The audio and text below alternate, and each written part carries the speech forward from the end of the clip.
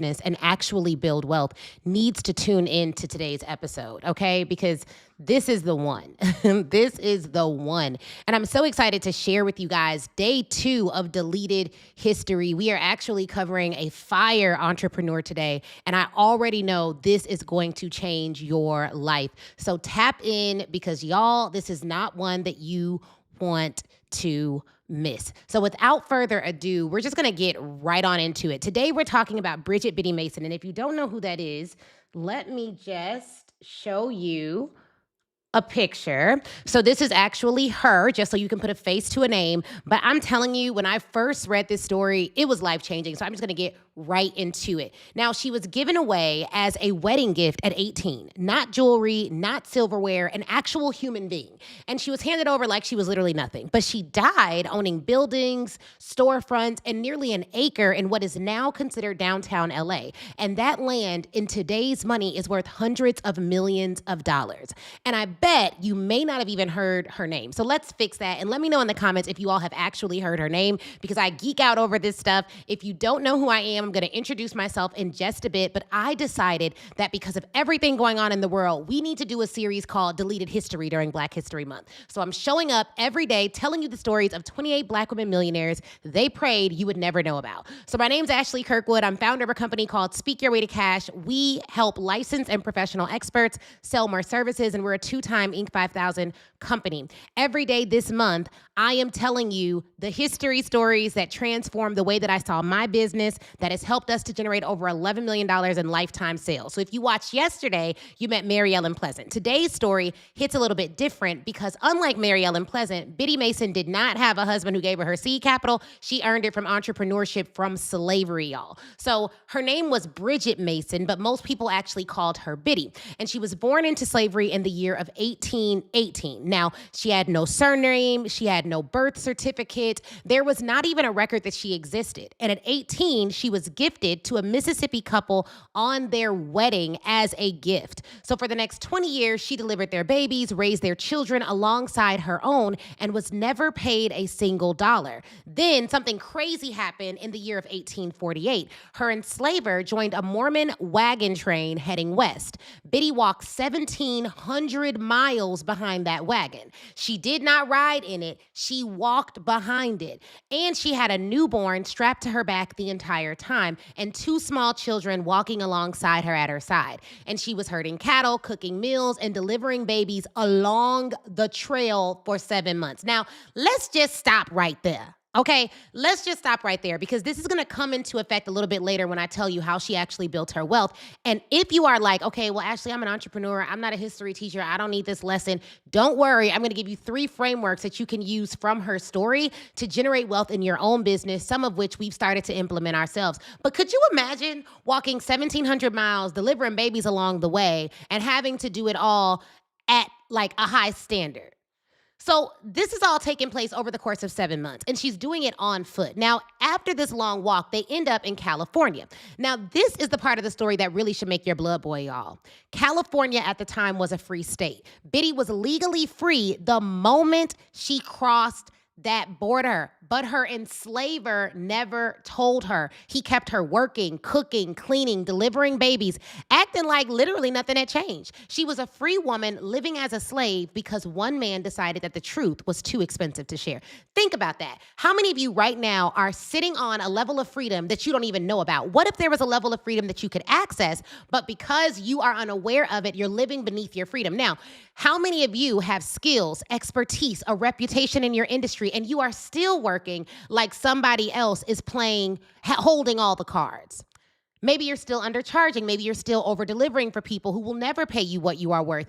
Biddy did not know she was free because nobody told her. And in her time, that makes perfect sense because of the conditions that she lived under. It was not right, but we don't blame her. But in today's day and age, what is our excuse?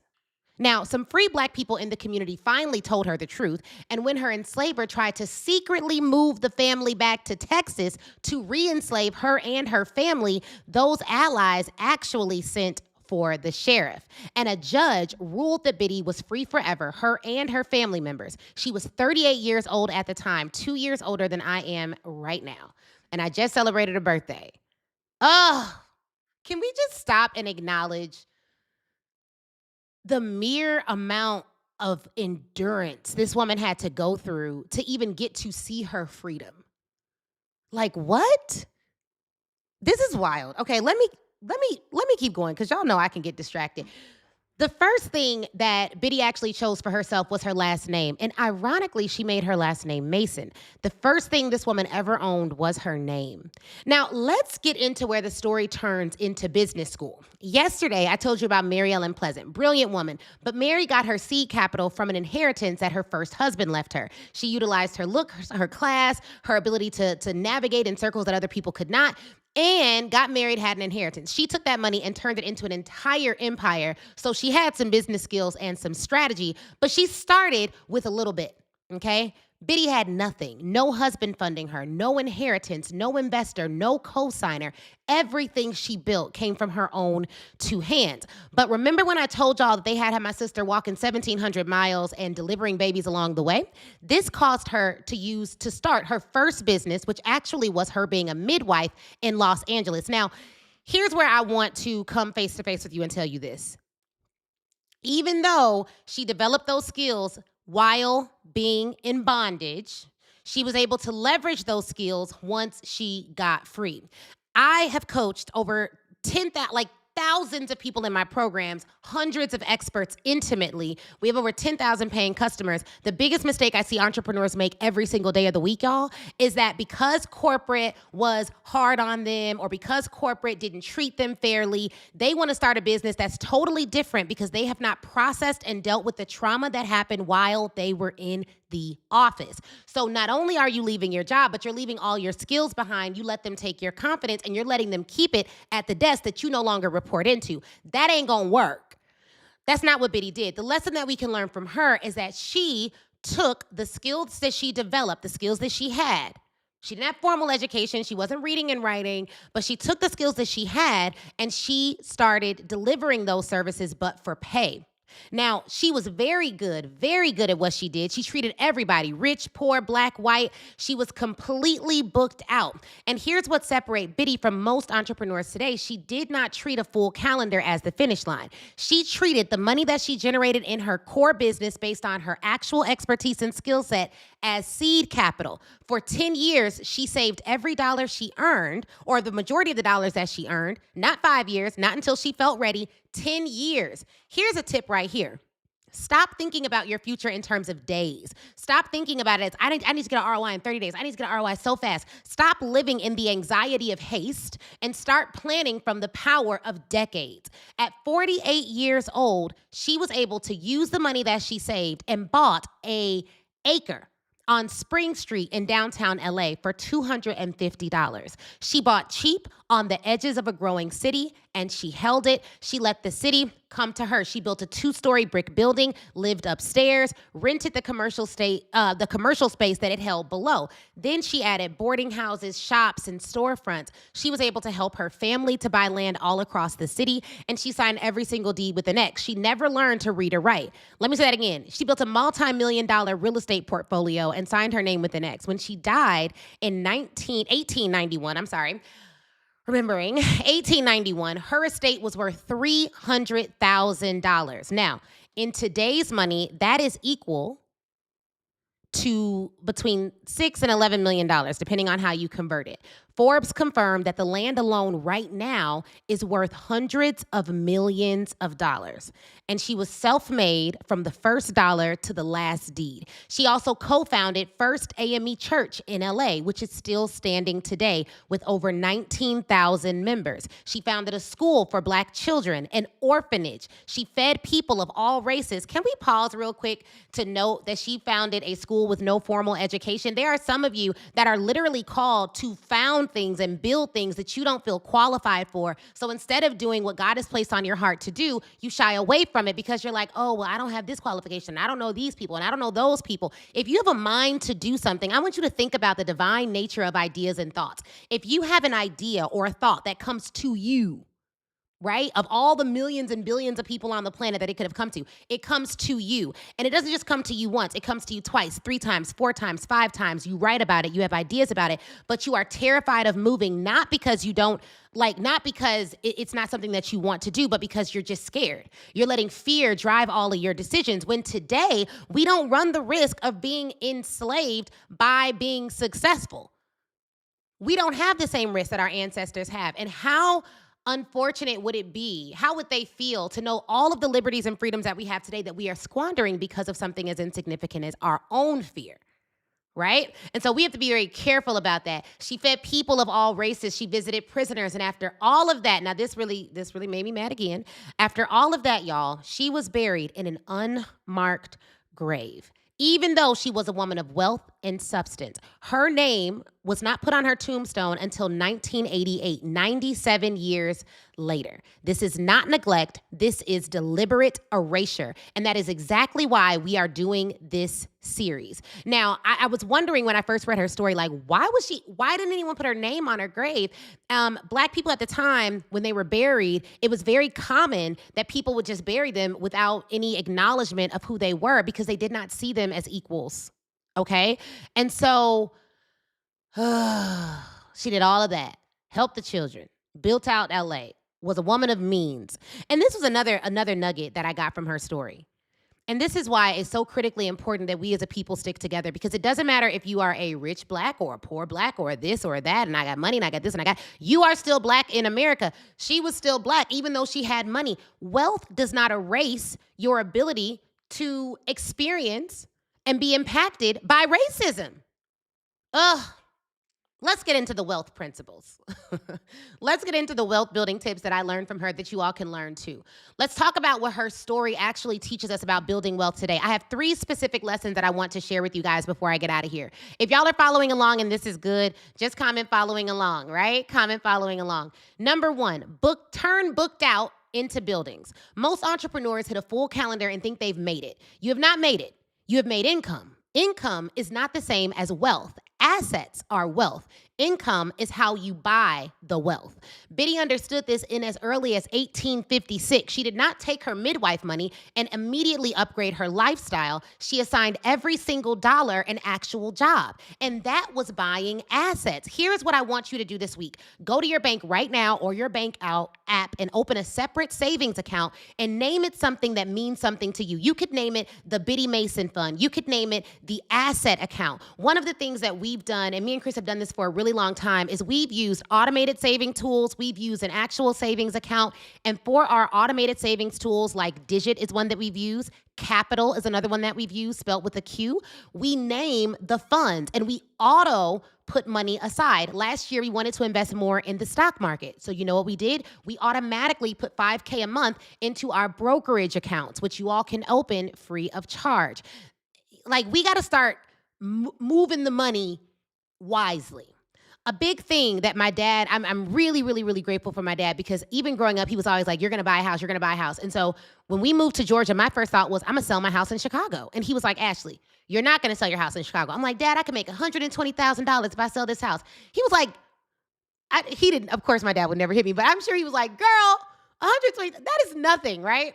And so I don't sell the house. I talked to my dad. I talked to a couple other people who were elders in my life. So here's another thing that I don't think we take for granted. And I really hope you all hear this in the spirit that I'm saying it and don't get offended by this.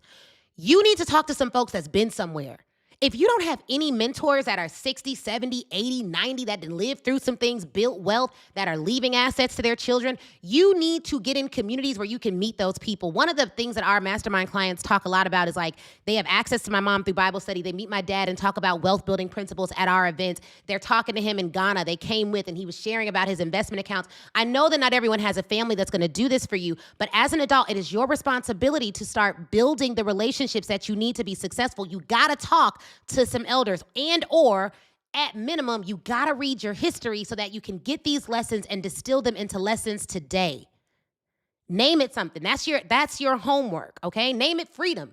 Name it the Biddy Fund. I don't care what you call it. but you need to have an account and then open it today. And what you're going to do is set up an automatic system for saving and building wealth, which are two separate things. So you may have one account just for your savings money. You should have another account that's going to be your investment money, and you are going to make investments. I invested in a startup business this morning that I like, that looked good. I researched the founder, we made an investment, and now we have equity in that. I think we have over 7,000 shares in a company, BabyQuip, a company that we've utilized. So you need to be thinking strategically about your investments. When we plan for the year, my aunt was asking me this morning, she was like, Ashley, so what's your plan for Speak Your Way to Cash this year? And I was like, I mean, at minimum, we got to do probably 10 million. Our real goal is 25. That's our reach goal for the year. I'm like, but really, when I think about my business plans, I think a lot about how we're going to divert the assets that we make here into other streams of predictable income. I think about how we can make investments both in the stock market, but also in some early stage startups that may really give us a return on our investment. We want to have 25 of those in our portfolio by the end of the year. And so we don't just think about, oh, the business has to make money, the business has to make money. We have to shift from the business making money is predictable at this point, in that I understand how to make income. A lot of you who are watching this right now are good at that. If you're not, get good at that, because that's step one. That's going to determine how far and how much money you have to put into wealth building vehicles. But after you know how to make money, now you got to figure out what are going to be my multiplication vehicles for the money. Okay? And I'll tell you something that some of my mentors that are very wealthy have told me. The best place to get financial advice is not always a financial advisor. It is someone who has multiplied a large amount of finances. So we have someone that we've talked to. He's built $100 million companies, invested in several others, has net worth in the hundreds of millions of dollars. And so that's typically where we're going to get some of this advice. And or you can read books about it and then take those ideas to someone else. A book that I'll recommend is Mastering the Game by Tony Robbins. Now take it for what it is. He goes and interviews a lot of other people. Then you want to take that information and you want to battle test it with someone that you trust and do your own research. Don't think you have to fully understand everything to starting the journey of learning about it. Like, come on, y'all. Come on. We got this. It's 2026. The world is going mad, but what we gonna have is some resources. Once that account starts growing, okay, you are going to find a place to put those assets so that your money makes money while you are sleeping. This could be real estate. It could be index funds. There could be a brokerage account. It could be treasury bonds. It could be buying a business. It could be buying real estate. The vehicle matters less than the principal. You need to own something that makes money, whether you show up to it or not, okay? And I don't typically have these conversations, but I'm having it now because it's a big part of what I've learned from reading history and from my mentors. And Chris and I did this with our first home. I told y'all how we almost sold it. Would you believe that because we did not sell that home, we kept it? We did midterm rentals to insurance companies. The amount we would have made on the sale, at sale, we would have sold it, made $120,000 and no longer had the asset. We made that same amount the first year we put that home to work for us and only visited it twice and spent less than 5 hours total managing it. And we still own the asset. That house works for us every single month, whether I am on a stage or on the couch. Now, this is what Biddy did at scale, and you can start doing it today. The reason why I'm telling you all these history lessons is because we have been tricked into believing that we are less than, that we can't, that we have not historically created the cities in America and owned a piece of the cities. The biggest trick of racism is not that the biggest trick of racism is that they'll teach us the history about y'all was slaves. What they won't say is we went from slaves to owners. We went from being property to some to owning property in the same city where they tried to annihilate us as a people. Do you see that? How can we not own property today? It is a disgrace to our ancestors for us to not find a way to do it. And people are like, but you don't know what I've been through. It was not slavery, though. It wasn't. And so you can either choose to say, well, it's too hard. I can't do it. I can't make it. And there's a group of people who legitimately may not be able to make it. But if you're watching this video, you have the ability of your mind. You have the ability of your hands. You have your health. You are not one of them. Lesson 2. Let your reputation price you.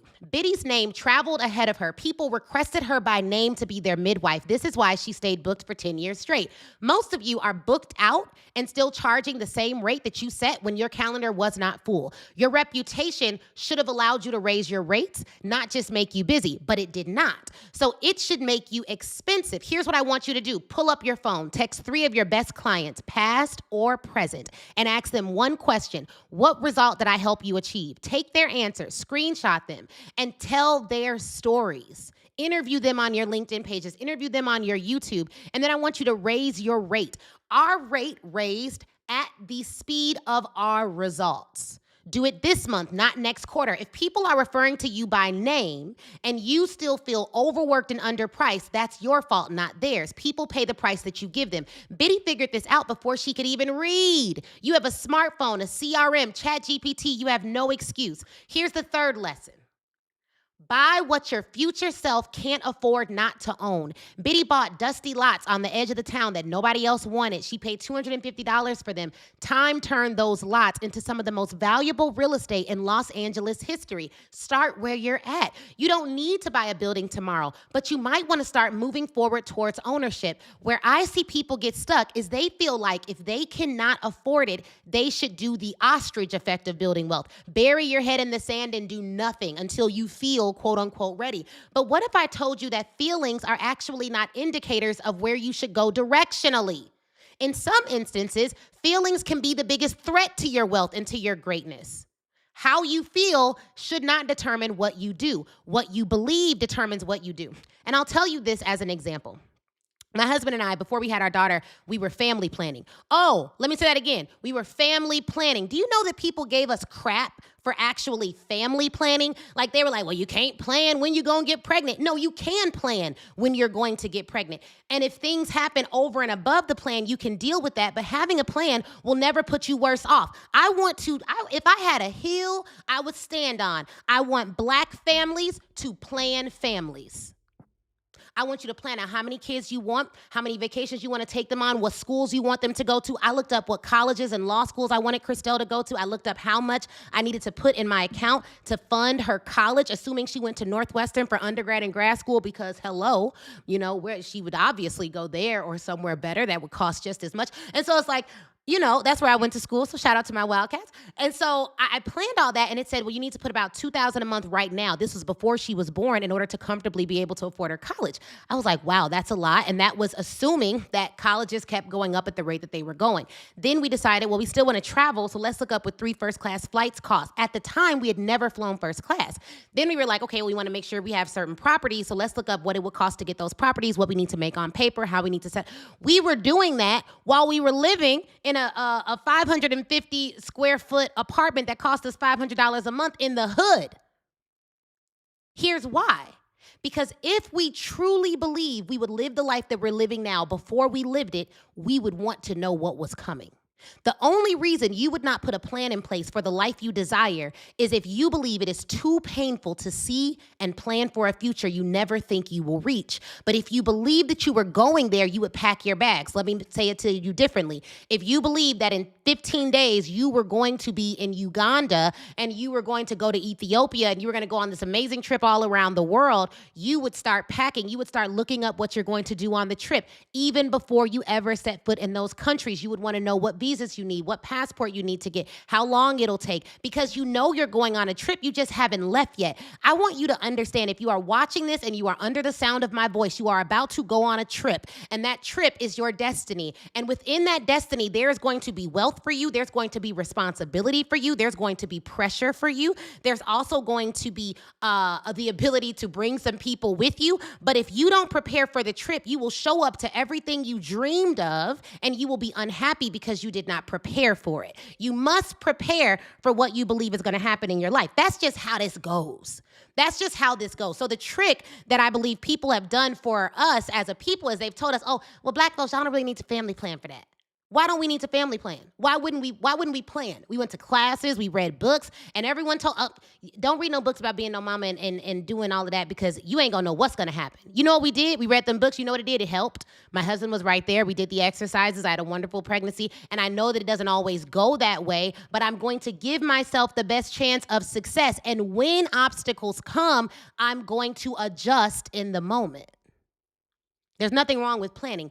I don't know why that is. I'm sure there's probably a historical reason why we aren't really told to family plan, and it could go back to the fact that there was a time when in this country our families were separated, taken from us, and getting too attached would have been a real tough thing. But we aren't there right now. And there's a book that says that our body keeps the score. So one of the reasons why I read about history is because I want to understand the psychology and the things that my mind could start telling me, because there's science that suggests that your body literally keeps the score through generations. So it's good to know what we've been through so that when you start having thought patterns that don't quite make sense, you can find the source of those thought patterns and rewire how your mind processes things. So that's the next thing. You're going to need to put together a plan. You need to put together a plan. So 1, open that separate account that I told you about. 2, set up an auto invest fund and find assets that you're going to invest in. Now, 3, if you own a home, I want you to talk to a financial advisor about what it would look like for you to own your next home. If you're thinking of selling real estate, you need to understand the risks of that and see how you can hold it and make more than if you were to sell it. We're going to make astronomically more by holding our property than we did for selling it. And now we own properties in 2 states. And that's nowhere near where we need to be. Reading her story, I'm like, all right, bet. So what's our goal? Like, how many properties we want to buy each year or each quarter? Y'all get it. 4, if you are a business owner making consistent revenue, I want you to look into buying your first piece of commercial or residential property if that is something you so desire, but you should at least start learning about it to plan and see whether that's something that you want. Find out what you qualify for. Talk to a lender. Know where your credit score is. The first step is always boring, okay? Biddy's first step was a $250 piece of property with an X on a deed. She didn't wait until she was ready. She just waited until she had $250, and then she moved. Yesterday, I told you all about Mary Ellen Pleasant. If you haven't seen that video, go back and watch it. It was incredible. She turned her inheritance from her husband into a nearly $1 billion empire. Today, I told you about how Biddy turned absolutely nothing but her own skills and her own discipline into land that outlived her. 2 women that took 2 different paths, same lesson. Own something nobody can fire you from. And let me tell you what I want you to do. I want every person watching this to take inventory of their identity. Is your identity one of wealth? Is your identity one of ownership? Is your identity one where you can help somebody else? Because both of these women, and we're only on day 2, took what they knew, turned it into income, built wealth for themselves while helping their community. So this is another thing. Last year, we opened a donor-advised fund. It's basically a fund that allows us to be strategic about our giving. And we set goals for how much money we want to give away to our church, to organizations that we care about. And we launched the Speak Your Way to Cash Foundation, which will allow us to strategically help entrepreneurs to do better in our nonprofits capacity. So we're building that out. A big reason why I started my company is to help real experts outsell the fake ones so that we can disrupt unjust systems. Both of these women were advocates for change, and they use their wealth to do it. There are some people that are going to be on the front lines. They're going to dedicate their life to doing the work, doing the marches, being elected to different offices, and being on the front lines. There are other people who are not absolved of their responsibility to make the world better, but they may be the financiers of justice. And there are some of you that are supposed to be astronomically more wealthy to finance justice initiatives. Now, I'm hosting an event in September, and I'm going to tell you the name of it because folks told me to change the name, and I'm not changing the name. It's called Black Women Sell Live. That's the name of the event. And it is the only event in the world that takes the study of Black women millionaires, distills it into frameworks, and teaches Black women how to sell more services. There is no other event like it. And I was praying about like how many people, how big of a venue I should get. And I've always said I was going to have 1,000 women at this event. And so I bought a venue that could fit 1,000 people. In the past, I've said, oh, we're going to have 1,000 people at this event, but I never bought a venue that could hold 1,000 people. So I need your help. I need you to tell every Black woman that you know, every Black woman entrepreneur that you know to be in September in Atlanta at this event. Now, it will sell out. All of our events last year sold out, so we're on a good path for this. You can go to blackwomenselevent.com and get on the wait list. Tickets are going to launch to the wait list first at the end of this month. But get on the wait list now. We already have hundreds of people on the wait list. And when you actually go to the page, and I'm going to show y'all this. The page is beautiful. I'm going to show you guys this. Are y'all excited for Black Women Sell Live? Let me know. Let me know in the comments. I want to show you all this. I'm so excited about this event. Because I've been to Africa several times. I've been studying these women's stories. I'm seriously considering releasing a book on this. I'm just so excited. But this particular event, Black Women Sell event, you're going to go to blackwomenselevent.com, and you are going to join the wait list. It's September 25th to 27th in Atlanta, Georgia, so put it on your calendar now. I'm going to tell y'all, we have legends speaking at this event. Black women who have built million-dollar empires. I'm in talks with several Black women billionaires who may grace the place. I have legends speaking at this event. I cannot make an announcement yet. You're going to join the wait list for the type of ticket that you want, okay? For the type of ticket that you want. If you want a platinum ticket, we only have 50 of those nationwide. VIP, we have 250. In general, we have 700. And general is only $497, y'all. Okay, and when tickets release, we'll have payment plans and all the things. I want every woman to be here because what I have found is that I will teach great strategies on how to sell, but you will talk yourself out of wealth every single time if we do not fix the identity issue that has been created through systemic racism and injustice. So I am showing you women who have done it despite everything the world tried to show at them so that you can understand that you can do it too. Everyone came from different parents, but we have a shared ancestry of greatness that American history books have tried to ignore for too long. Well, let them stay asleep. I am snitching on everything I've learned over the next 28 days, and then we're going to have 1,000 powerful experts in the room, and we are going to change the world. I'm done playing with doubts and fears and insecurities that don't serve me. Reading this history, doing this series has fired me up in a way that I cannot describe. I'm reading Ida B. Wells' autobiography, and did y'all... I just have so much to tell you. I don't want to give it away. Some of the Black women millionaires that y'all are going to hear about are people that you didn't even know generated wealth because you've only heard the part of their story that was justice leaning, which is great. But why do you think people are comfortable with us knowing that we had activists, but not comfortable with us knowing who funded the activism? Why do you think that is? Why do you think that is? Do you want to know who funded justice? Primarily, during almost every period of Black resistance that I have studied, entrepreneurs. So them keeping our businesses small is an act of injustice. Them not giving us capital, them hiding the history, them not showing us how we can do it. It is an act of injustice. It is a perpetuation of an unjust system. And that's fine, because they get to play their game, but we get to play ours. So every woman who is done playing small needs to be at this event. You ain't never been to an event like this, period. You just haven't. You just haven't. You ain't never been to an event like this. Because the level of passion I have for this is literally, it has to be from God. I don't even know how this happened. I was not a history major.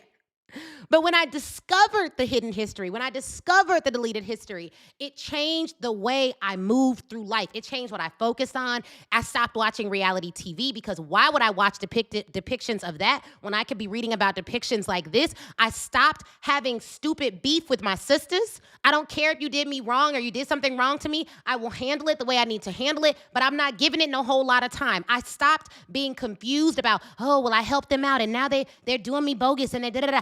Okay, when you learn our history, you realize why some folks act like they act. And you move on. And you're just grateful that you don't have to act out of that level of trauma. This is more than an event. This is a calling of arms. And the arms is the knowledge that you have not been leveraging. It's the level of freedom that you have been operating beneath because you did not know that it was yours to operate in now, not later. You have to come to this event. People told me to change the name. They told me that people won't come to an event that's based on, that's about helping Black women sell, leveraging the history of Black women who did it. They told me that if I talk about history, I will lose out on making money. I just need to talk about, I just need to have celebrities speak. I just need to have celebrities speak. That's what they told me. Just get somebody famous, get a reality star to speak, and then everyone will show up. I'm not looking for women who need to hear from a celebrity to be great. That's not even my avatar. Because I don't care about that. That is never, let me tell you, I've worked with celebrities, I've worked with influencers, I've gone to mega churches, I've done all the little things. I've been in the circles and invited to the who's who and the what's what and the blah, blah, blah. Let me tell you the thing that's helped me grow my business. Studying consistently, praying deliberately, walking in the authority that God gave me, and ignoring every insecurity that did not come from my creator. That's what has helped me. It's been taking action when it's hard. It's been pushing through and honoring my commitments when I didn't want to. It's been being exactly who I say I am. It's extreme congruence. That's what's helped. Where did that come from? When I was a kid, my dad taught me about my history. My mom showed me how to be a woman. They taught me about my history. They showed me pictures of lynchings, and they showed me the people that were looking, and they were like, now look, you're going to go into these schools, and you may be one of the only black folks, but please don't get it twisted. Y'all been bad. Look at our history. Look at what we overcame. Look at the levels of evil that some people had to go through just to try to hold us down, and they couldn't even do it. Couldn't even do it. Had a 400-year head start. Still acting crazy. Please. And science backs this up. Did you know that science shows that people who actually see representations of themselves as entrepreneurs have a 40% more chance of being 40% more likely of being successful? People who are taught their economic heritage, 26% more likely to be identified as confident. Like, this is so much deeper than you hearing a history story. This is an intervention. I want to have an intervention between who you've been pretending to be and introduce you to who you actually are. And we're going to give you specific sales strategies to implement that weekend. People have come to our events and walked out with contracts. And then they're like, well, I don't understand it. I mean, I go to the event, I feel so empowered. I land contracts, I meet people. I feel like I could do anything. And then I go home and then I'm like, dang, I wish I would have stayed in that community. And they wonder like why that is. And I'm like, well, environment really can change the way the neurons in your brain works. You need to stay in environments that uplift you until you are strong enough to create that environment for yourself. Period. Like, that's what it is. So I'm gonna get off my rampage. Hopefully y'all enjoyed this. Go to blackwomenselevent.com. Follow along, y'all. This is just day 2. This is just day 2. Okay? Can you believe it? Tomorrow is day 3, and I'm going to tell you about a woman who sold her way out of slavery and then built a dressmaking house so powerful that the First Lady of the United States and elite Southern women were both wearing her gowns during the Civil War. Drop your guess in the comments about who this sister is. Do you also see that we were in all these industries? Come on. You couldn't make me want to be anything other than black. What? Why would I? For what? Why would I want to be anything other than black? Are you kidding me? Well, I'm black, so it ain't go. No, I'm black. Do you not know what I can do? Do you not know who I come from? You think you gonna distract me with that little simple problem? When I know who I am, please get out of here. So, hopefully y'all enjoyed today. Share this video with everyone you know. Can you believe this is like free history? We've had people who are like, Ashley, can I show the videos in my school? Can I do this? I've never heard these stories told like this before. Yes, it's on YouTube. You can share it. It's free. Just share it. I need us to understand who we are so we can start building from a place of inheritance versus a place of struggle. We're done with that. Go to blackwomenselevent.com. Get on the wait list for Black Women Sell Live. When those tickets launch, it's going to go crazy. I'm going to tell y'all now. And I'm going to need you on that wait list, okay? I'll see y'all soon. Bye.